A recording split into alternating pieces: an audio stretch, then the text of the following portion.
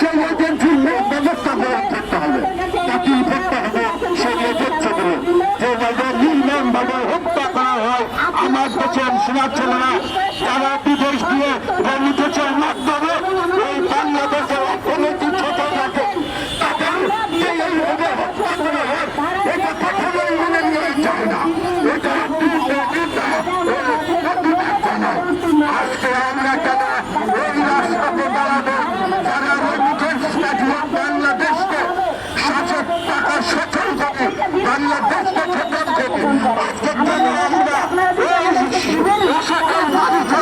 প্রতি আমাদের রাস্তায় নামতে হবে। তারা তো দেশের বুঝে না, তারা তো দেশের সম্পদ,